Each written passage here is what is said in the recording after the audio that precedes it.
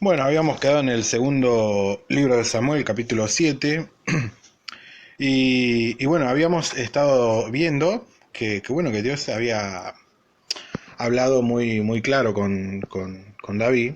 Le había dicho que él no le permitía construir. Entonces, vamos a ir a ver ahora en qué momento se construye el templo de Salomón, porque al fin y al cabo, Salomón lo termina construyendo. Entonces, en Primera de Reyes, capítulo 5, vamos a ir viendo algo muy interesante, porque, como había dicho en el video anterior, hay una gran indignación de Dios con David, y tiene que ver con que la idea en que David le surge, la idea esta a David, no es propia. Y cuando fui siguiendo este tema, empecé a descubrir quién realmente era el que estaba detrás de la idea del templo. Porque, como había dicho en la pregunta, ¿no?, anterior, ¿ustedes qué preferirían? ¿Una casa diseñada por Dios o una casa diseñada por David? Y obviamente que la respuesta siempre va a ser una casa diseñada por Dios, porque somos seguidores de su mensaje. Entonces, obviamente, eh, obviamente que nosotros vamos a querer eso, pero al parecer David fue influenciado por un rey, que acá en el versículo 1 ustedes ya lo estarán leyendo, y, y esto es lo que lo indigna a Dios, y por eso es que Dios se alza contra esta idea, porque obviamente viene de producto de una amistad bastante peligrosa la que tenía David. Dice, capítulo 5, versículo 1 de Primera de Reyes, ya lo pueden ver, Salomón construye el templo. El mismo relato se encuentra en Segunda de Crónicas 2:1 al 18. Y dice, el rey Hiram de Tiro siempre había sido amigo de David. Así que cuando Hiram oyó que se había consagrado a Salomón como rey en lugar de su papá David, mandó a sus siervos a Salomón. Salomón le mandó a decir al rey de Hiram. Y acá quiero que prestemos atención, porque acá se encuentra eh, qué es lo que David entendió después de ese mensaje. David entendió lo que le transmitió a Salomón, y mire lo que entendió Salomón de esta cadena de información.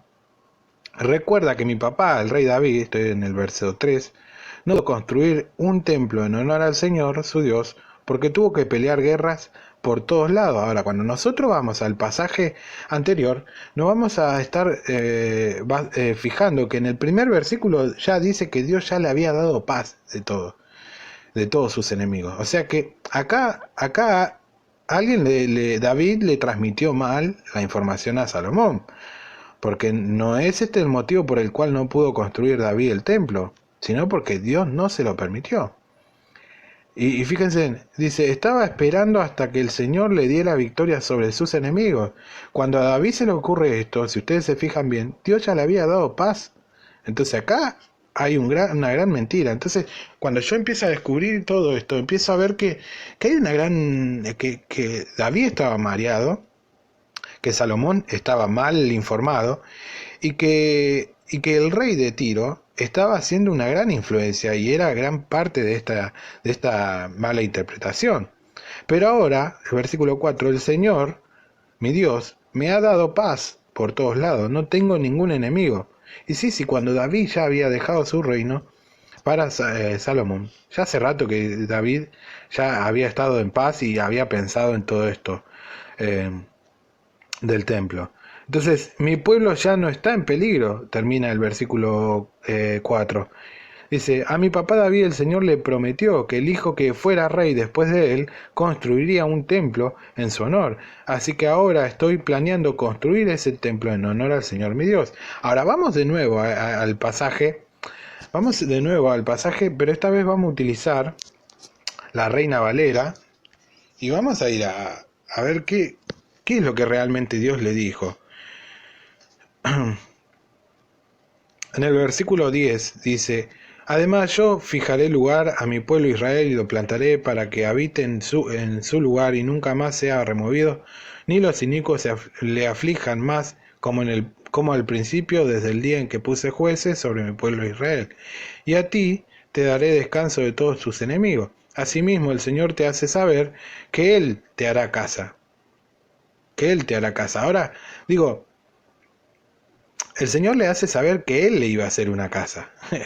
Acá estamos, es muy, muy fuerte esta parte, Él te hará casa. Entonces, y cuando tus días sean cumplidos y duermas con tus padres, yo levantaré después de ti a uno de tu linaje, el cual procederá de tus entrañas, y afirmaré su reino. Él le edificará casa a mi nombre, y yo afirmaré para siempre el trono de su reino.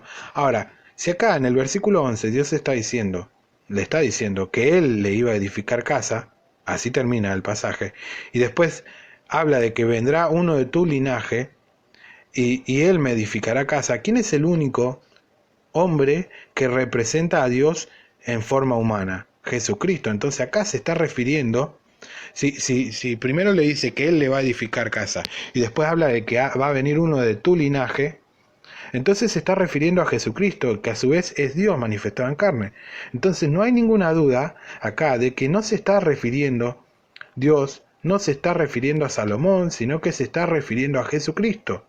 Entonces este es un pasaje muy importante que tenemos que tener en cuenta, porque si volvemos de nuevo a, al momento de Salomón, si bien Salomón está mal interpretando todo, cuando nosotros vamos a la dedicación del templo, en el capítulo 8, y vamos a ir al versículo 23, nos vamos a estar dando cuenta de que realmente él entró en un cierto estado de razón, porque fíjense en el versículo 23, Salomón dice, y dijo, Señor Dios de Israel, no hay ningún otro Dios como tú arriba en los cielos, ni aquí abajo en la tierra. Aquí ya Salomón ya había terminado de construir el templo, habían pasado varios años, y acá estaba haciendo una ceremonia de inauguración y dedicación del templo, ¿no? Para Dios.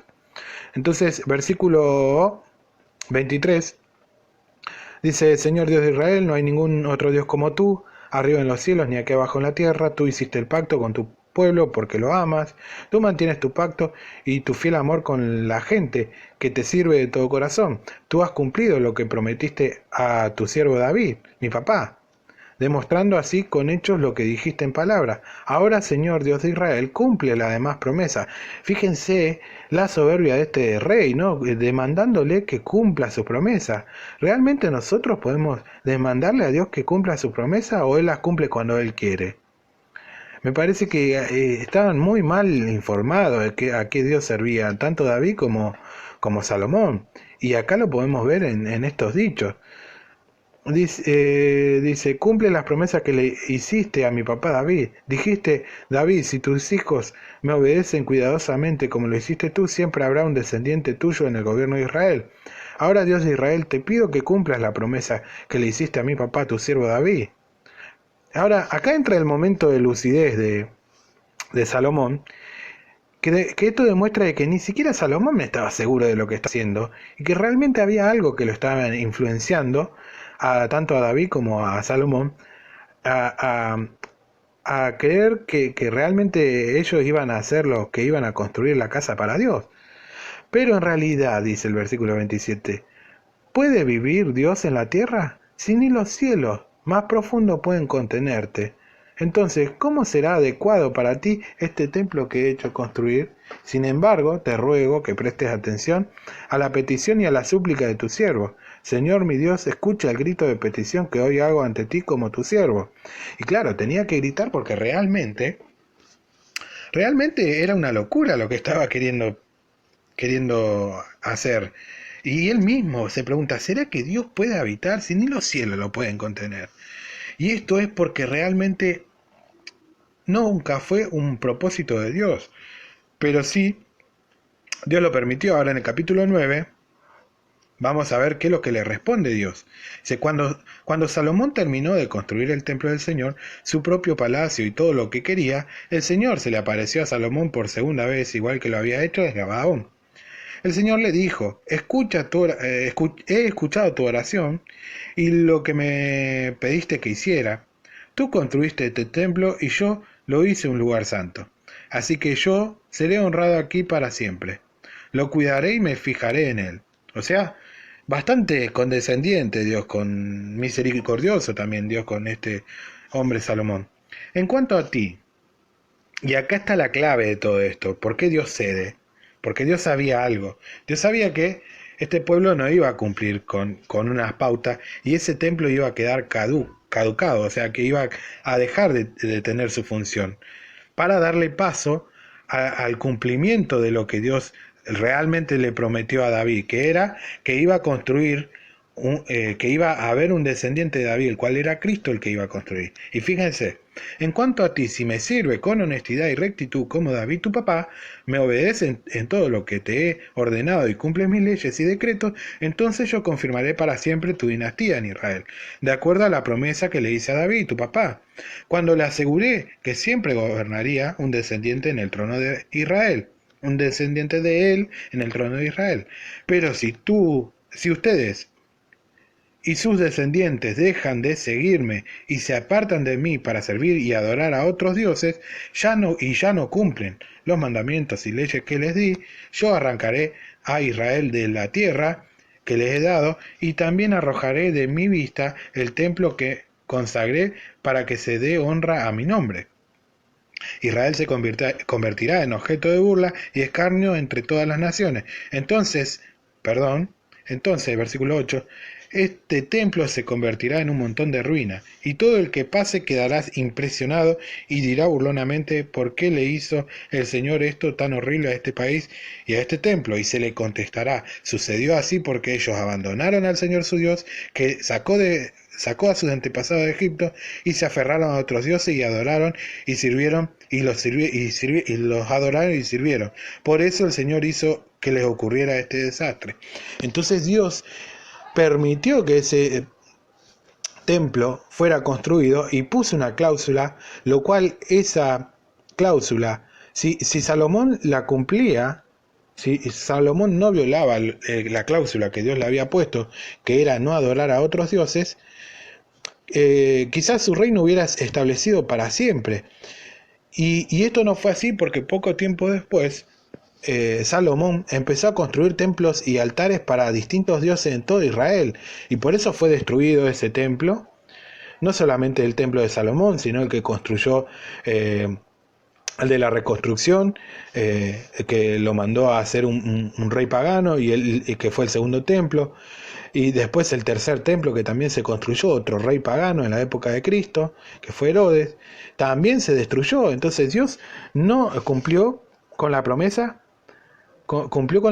que le hizo a Salomón en esta cláusula, porque Salomón abandonó a Dios y todo el pueblo de Israel abandonó a Dios, y Dios siempre destruyó ese templo. Ahora, ¿cuándo se cumple la promesa que Dios realmente le hizo a David? Es cuando vino Cristo y estableció el templo y que estableció su reinado, porque es Jesucristo el que construye ese templo, y ese templo es la iglesia, y Él va a venir a reinar con la iglesia, y ahí es donde se va a cumplir lo que realmente Dios le prometió a David. Entonces, hasta aquí llegamos con este video de hoy, y la próxima vamos a estar viendo qué tan profundo fue la influencia de el rey de Tiro, y qué más podemos investigar y descubrir por qué dañó tanto a David la influencia de este rey de Tiro. Vamos a analizar quién era, y bueno, esté atento para el siguiente video. Nos vemos, los quiero mucho, espero que les haya gustado, hasta la próxima.